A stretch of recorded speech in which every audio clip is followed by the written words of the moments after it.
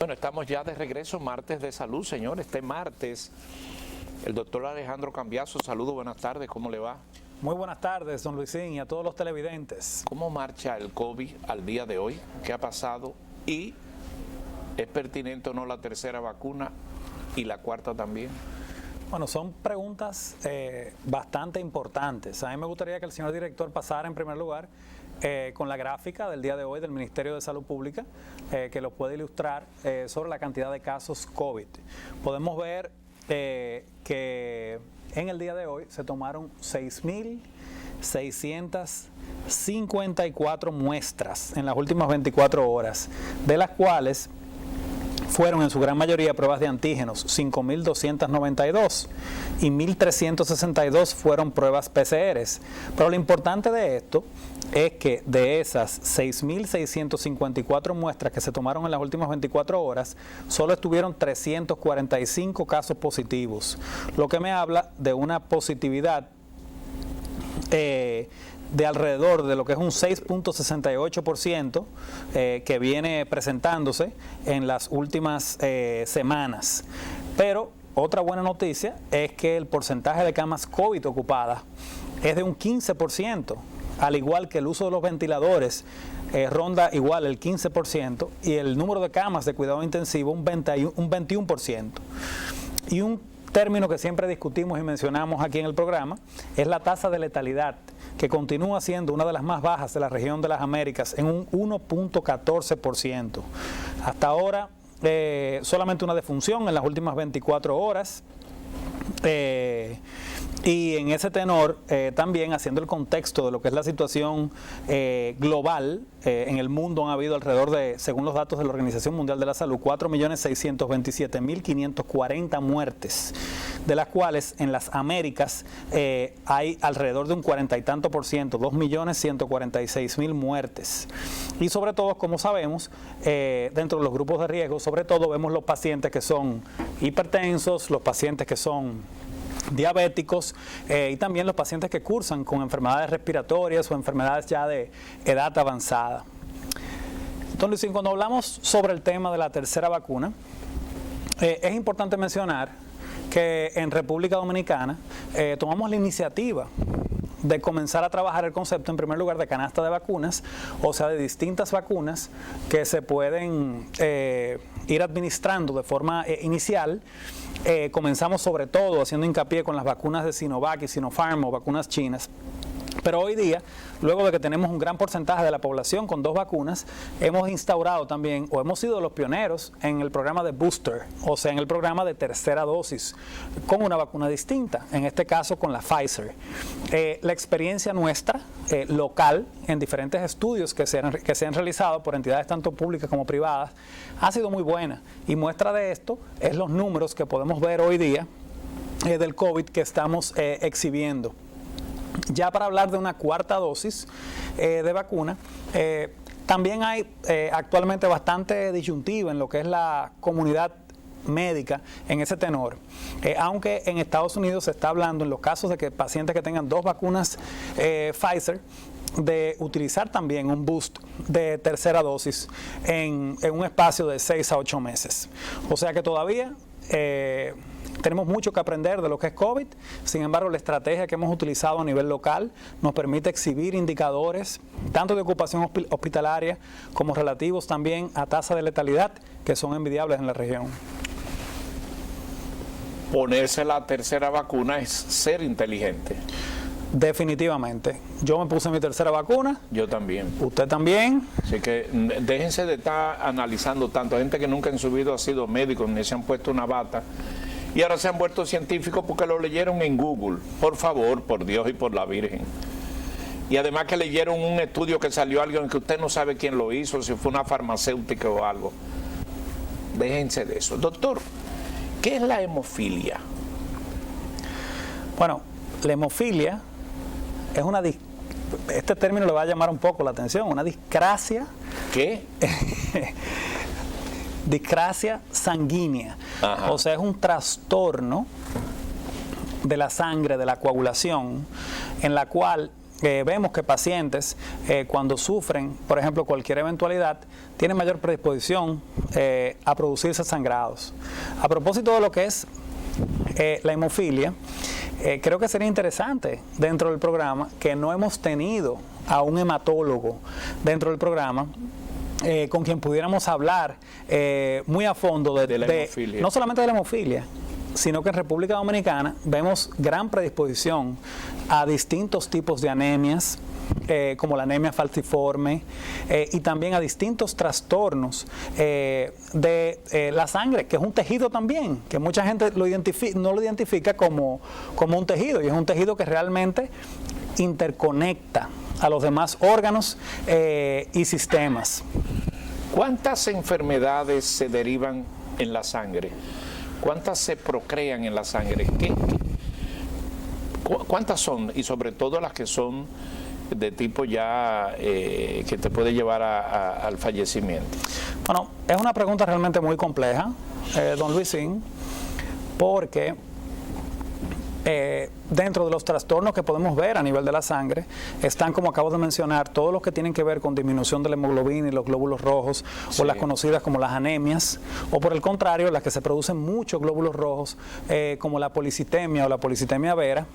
Pero de igual forma también vemos trastornos inclusive neoplásicos y trastornos como las anemias aplásicas y trastornos también sanguíneos que aunque ve también el hematólogo, involucran otros órganos, como pudiéramos hablar también de enfermedades inclusive hasta de linfomas o algunos tipos de cánceres. O sea que hablar... El tipo de cáncer que se produce en la sangre, ¿cómo se denominan? O sea que hablar de trastornos de la sangre en sentido general es un tema amplísimo. Muy amplio. Y en primer lugar, habría que entender también la génesis de cómo se conforman los glóbulos rojos a través también de lo que es la médula ósea, que se encuentra en los huesos, que ayuda a los procesos de hematopoiesis, que es el proceso de formación de lo que son los glóbulos rojos, pero también, ¿por qué no?, los glóbulos blancos, y también tener presente las enfermedades que tienen que ver con las plaquetas. Entonces, es un tema bien profundo y bien amplio, pero le prometo que vamos a traer un hematólogo para tratar dicho tema. Pero de la hemofilia, del disturbio, para llamarle, en la sangre, se derivan también, como usted dice, múltiples enfermedades en la sangre, que tiene que ver con las plaquetas, que tiene que ver con los glóbulos, pero hay cáncer derivados de esto. Definitivamente, pero vuelvo y reitero, es un capítulo muy amplio. La leucemia es de la sangre. Muy amplio de la medicina, definitivamente la leucemia. Y hay leucemia A y hay leucemia B, tengo entendido. Hay distintos tipos de leucemia, y para hacer su diagnóstico es importante en ese sentido de que también nos auxiliemos no solo de pruebas de diagnósticos convencionales como las en el hemograma, que típicamente vemos, ¿verdad?, una depresión importante de lo que son los linfocitos, los glóbulos blancos, entre otras, pero se requieren hacer pruebas mucho más profundas para el diagnóstico de dichas enfermedades. Y es de las enfermedades que su principal origen es hereditario. Bueno, hay muchos de los trastornos sanguíneos que son hereditarios, sobre todo los que están vinculados también a alteraciones de la hemoglobina, alteraciones de distintas proteínas, entre otros. Los cánceres, definitivamente, hay un componente inmunitario, pero también van muy vinculados a exposiciones a veces de radiación, de elementos tóxicos como el consumo excesivo de tabaco, entre otros, e inclusive que pueden estar asociadas a ocupaciones en específico. Pero es un tema, vuelvo y reitero, de 15 programas, es un tema amplísimo, pero podemos simplificarlo ya próximamente trayendo a un hematólogo y pudiendo discutir este tema más a fondo. Muy bien. La obesidad, doctor, ¿es la enfermedad de la época posmoderna, la actual? ¿Por qué a veces va una gente y se entiende que está bien y le dice usted es obeso A, otro obeso B? ¿Qué es lo que está pasando con la obesidad? Bueno, la obesidad definitivamente es considerada también una pandemia, o sea, una epidemia global. En República Dominicana, según las cifras de los últimos estudios... Pero esa pandemia llegó y nunca se ha ido. Pero se ha visto incrementum, ha sido progresivo, sobre todo por el confinamiento que trae y que ha venido con el COVID-19, pero en nuestro país, en las cifras pre-COVID que teníamos, hablábamos de un porcentaje superior al 68% de personas en sobrepeso y un porcentaje también importante de personas también obesas y una relación de aproximadamente un 12%, 13% de pacientes diabéticos y más de un 40% de pacientes hipertensos. El director buscó el hombre más gordo del mundo, está bien eso, el director está produciendo. Pero es un caso único. Y alrededor de más de un 40% ya de pacientes adultos en edad avanzada que cursan con hipertensión. Pero cuando vemos el síndrome metabólico, que básicamente se trata en personas que son obesas, pero que también tienen un hígado graso, que también pueden tener niveles elevados de glicemia, de colesterol, es un factor de riesgo que aumenta de forma exponencial la frecuencia en que se producen enfermedades cardiovasculares y enfermedades cerebrovasculares, que son las dos causas principales de muerte en el mundo. ¿El hígado graso es un problema? Sin duda, el hígado graso es un problema. Y es uno de los problemas de salud más infradimensionados, porque se ve como normal tener el hígado graso y muchas veces solamente se estudia realizando una sonografía de abdomen, cuando hay estudios que son mucho más específicos, como lo que es el FibroScan, que me permite determinar no solamente si hay grasa en el hígado o si hay un hígado que se encuentra inclusive hasta cirrótico, pero también ver la fibrosis que se puede producir en ese hígado. Y en el día de hoy le tengo la buena noticia, don Luisín, de que tenemos a la jefa de gastroenterología del Hospital General de Plaza de la Salud, a una gastroenteróloga, que son quienes, en adición a la gastritis, a los problemas vinculados también al colon, tratan las enfermedades también del hígado, las enfermedades vinculadas también al páncreas y a todo lo que es el tracto gastrointestinal. Yo le tengo una pregunta a la doctora, a nuestra invitada de hoy. Ya yo la mencioné ahorita, la doctora Bayona. Primero porque es una doctora eficiente, servicial. Un médico tiene que ser, además de su calidad, ser eficiente, servicial y no asustar. Ahora, ¿por qué cuando a una gente le cantan cáncer de hígado y de páncreas, una vez hace así, como que no hay solución a eso, ¿verdad? Bueno, es complicado. Definitivamente todos los cánceres son complejos. El caso del cáncer de páncreas, de manera particular, tiende a tener una evolución mucho más rápida que otros tipos de cánceres. Y por la naturaleza de su función, el páncreas, quien produce la insulina, que es la hormona que permite que captemos dentro de la célula lo que es la glucosa o el azúcar, al verse afectada, tenemos la dificultad de que a veces, no solo el pronóstico, sino el tratamiento es bastante difícil. Y lo mismo sucede también con algunos tipos de cánceres a nivel de hígado, que también es un órgano receptor de metástasis. A veces vemos pacientes que tienen cánceres de otros órganos, como cáncer de próstata, entre otros, que migran y hacen metástasis específicamente a hígado. Mire, y es verdad que el cáncer de páncreas o de hígado se esconde, como que a veces no se encuentran de una vez. Definitivamente. Acuérdese que cuando hablamos de cáncer, hablamos de células que en muchas ocasiones mutan y se pueden producir lesiones que no podamos observar. Por ejemplo, en el caso del hígado o del páncreas, con una sonografía. Ay, Dios mío, y que para verlas, me metí en ese tema, porque yo preguntando hasta me asusto preguntando. Y que para verlas pudiéramos requerir hacer estudios más invasivos, como una tomografía contrastada, una resonancia abdominal, o inclusive PET scan, o en algunos casos cuando vemos lesiones sospechosas, para hacer un diagnóstico definitivo, una biopsia sonodirigida. Usted habló del término FibroScan. Eso es un scan al hígado. Específicamente al hígado. Que ¿Lo hacen en el país? Claro que sí, y que nos permite detectar el grado de fibrosis que hay en el hígado. Y quienes lo realizan... Vamos a preguntarle eso bien ahorita, no porque usted no lo pueda decir, pero... ¿Y allá en la plaza lo hacen, el FibroScan? Hay en múltiples centros de salud de República Dominicana que realizan el FibroScan, pero esa pregunta yo se la quiero específica a la doctora Lucía Bayona. Y sí es bueno eso, ¿verdad? Y cada qué tiempo hacer eso. Mire, doctor, entonces el que es gordo se embromó. Tiene múltiples factores de riesgo. En primer lugar... no, momentico, porque esos múltiples factores de riesgo se parece al apetito de riesgo de los bancos. El que es gordo se embromó. Tiene mayor predisposición a infartos, derrames cerebrales, cánceres y también ¿Y enfermedades, cuando uno es gordo? enfermedades osteomusculares inclusive. Ay, y las rodillas sobre todo flaquean. Sí. Mire, ¿y cuándo uno es gordo de verdad? Es una buena pregunta, porque hay distintos criterios para clasificarlo. Exacto. En primer lugar, lo que es el índice de masa corporal, que básicamente mide cuánto usted pesa en kilogramos, sí, dividido entre su talla, sí, y se establecen unos parámetros que a partir de ciertos parámetros usted se considera que está en sobrepeso.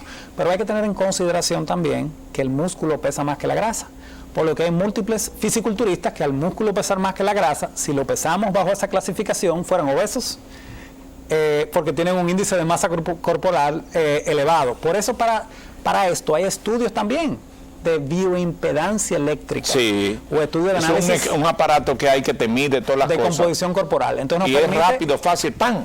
En minutos, y nos permite medir la cantidad de músculo, la cantidad de grasa visceral, el porcentaje de hidratación corporal, que son parámetros que toman muy en consideración los endocrinólogos. Eso es que hay que beber mucha agua. Definitivamente. Espérate, siga hablando. Definitivamente hay que tomar mucha agua, pero hay condiciones donde se restringe también el agua.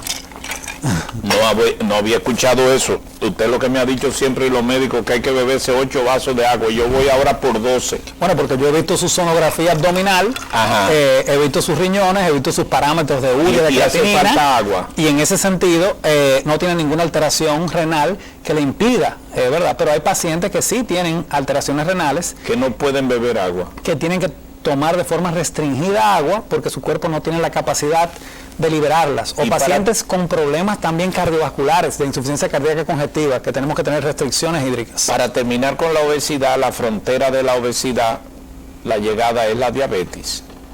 Bueno, está muy vinculada la diabetes con la obesidad, pero también vuelvo y reitero. Es verdad que el que come mucho azúcar sufre de diabetes al final. Pero también reitero, el hígado graso, que es una de las enfermedades que más se pasan desapercibidas y que no reciben una atención especial. Yo creo que eso es un tema que tenemos que tratar más a fondo con la doctora Bayona. Tengo un trauma con el hígado graso. Pero con la diabetes, con el hígado graso y las piedras en los riñones, a mí nadie me ha podido explicar cómo que entran esas piedras en los riñones. Nadie me ha podido explicar. Bueno, eso lo vamos a conversar, cómo entran las piedras en los riñones, pero entran de diferentes formas. Se pueden formar. Digo, me lo explican, lo que yo no lo admito entender. Bueno. Eso es lo inculto, la incultura de uno que cree que... Pero eso se llama miedo, más que inculto. Hay muchas enfermedades, inclusive, de las cuales se hacen poco escrutinio. O sea, no se buscan, y como no se buscan, no se encuentran.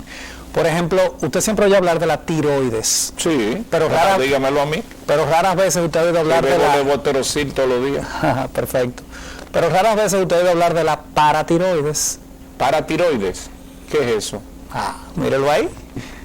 Igual que la tiroides, ¿verdad? Es una glandulita, pero que se encarga de liberar otra hormona, que es la paratormona, que se encarga de regular el calcio y la absorción del mismo en el cuerpo. Entonces, cuando hay pacientes que tienen alteraciones de la paratiroides y se produce calcio de forma excesiva, puede favorecer a que se produzcan piedras en los riñones, pero también calcificaciones en las coronarias. Por eso también desde el punto de vista endocrinológico es importante medir los niveles de PTH o de parahormona. Parahormona. Mire, doctor, yo estoy viendo que cada día ustedes los médicos tienen nuevos términos. Óigame esto, parahormona. Y...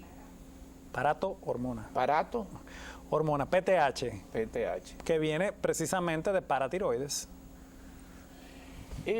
Una persona que, por ejemplo, yo fui a una consulta médica y yo escuché una explicación tan clara de la vitamina D3, que yo bebo todos los días una pastillita de D3, ¿eso es bueno o es malo? Bueno, en primer lugar es una pregunta que coincidencialmente tiene un peso específico muy importante, porque la vitamina D es lo que permite que el calcio, que es lo que estamos hablando ahora mismo, se absorba y llegue al hueso. O sea que aunque usted tenga niveles de calcio adecuados, si no tiene buenos niveles de vitamina D, ese calcio no se absorbe bien. ¿Y por qué es D3? Pero en otro orden, la vitamina D está muy vinculada a trastornos depresivos, cuando tenemos niveles bajos de vitamina D. Por eso vemos que las personas que viven en climas que no son tan cálidos como el nuestro y se encuentran sin contacto con el sol, que es la fuente natural de la vitamina D, pueden tener tendencia a desarrollar más depresión. Pero también la vitamina D está vinculada con la inmunidad, Por eso cuando uno quiere fortalecer la inmunidad, uno usa generalmente, por recomendación médica, claro, vitamina D, vitamina C y zinc. Pero déjeme hacer la pregunta bien hecha. Un médico me recomendó vitamina D. No sé por qué es de 3, porque pudo haber sido de 2, de 1, pero es de 3. Eso es como Coralá, que es 81. Cuestiones de los farmacéuticos o de los médicos, no entiendo. Y el paciente, que soy yo, seguí bebiendo D3, o sea, lo bebo todos los días, una pastillita chiquita. ¿Eso es bueno o es malo? Bueno, en primer lugar, se debió de haber medido sus niveles de vitamina D. Para considerarse un nivel bajo de vitamina D, en ese momento me faltaba. El rango usual de vitamina D baja es de 0 a 30. Entre 30 y 50 se consideran valores buenos, hasta 100. Ya sobre los 100 se consideran que tiene más de la que debería de tener. O sea que de repente yo tengo de más y estoy bebiendo eso y es una imprudencia. Entonces la vitamina D3... ¿Y quién me manda a mí a estar bebiendo cosas sin...? Pero es que esas son de... Habría que ver cuál era su déficit. En ese momento era. ¿Y cuántos miligramos? Pero yo le seguí bebiendo, yo creo que me la estoy comiendo. ¿Y cuántos miligramos de D3 está tomando? Si son 2.000, si son 5.000, que está usando diario. Si se le está tomando después del almuerzo, porque es una vitamina liposoluble, o sea que se absorbe mejor sí. Con las grasas. Sí. O sea que el mundo de las vitaminas también... Y cuando se me olvida de noche, o cuando no estoy en la casa. Pero bien, yo se la traigo el miércoles, y se me acabó en estos días, compré una. Pero tú me la vas a traer junto con su análisis de los niveles de vitamina D, para yo poderle hacer una recomendación, me imagino yo, ¿verdad? No hay problema, doctor. Vamos a la pausa. ¿A quién tenemos hoy, doctor? Bueno, hoy tenemos a la doctora Lucía Bayona, quien es la jefa de gastroenterología de Plaza de la Salud. Pero más allá de eso, es una gastroenteróloga con gran experiencia, pero con altísima calidad humana. Es alguien me consta que entiendo que prestigia este espacio. Yo le puedo preguntar a ella de la endoscopía. Le puede preguntar a ella no solo de la endoscopía y la colonoscopía, sino también del tema que estábamos hablando de hígado graso, y de un tema que fue producto de muchas preguntas, porque recuérdese que ella vino a un programa, pero solo un tiempito, porque se le complicó porque tenía muchos pacientes ese día, y por eso la traemos el día de hoy. Y se quedaron en el aire varias preguntas de la úlcera péptica, que tenemos que hacer, que tenemos que preguntarle hoy. La úlcera, eso es... O sea que antes se decía que la úlcera se curaba con leche, en los tiempos de allá de los pueblos, cuando yo vivía en Baní. Y un médico me dijo, pero por Dios y por la Virgen, eso es al revés. No sé si eso sigue siendo así. Yo le voy a preguntar a la doctora si la úlcera se cura con leche. Miren, otro detalle. Vamos a abrir los teléfonos para que ustedes le pregunten a la doctora todo lo que ustedes quieran, que va a ser gratis la respuesta. Este es el martes de Salud del Poder de la Tarde. Regresamos en breve.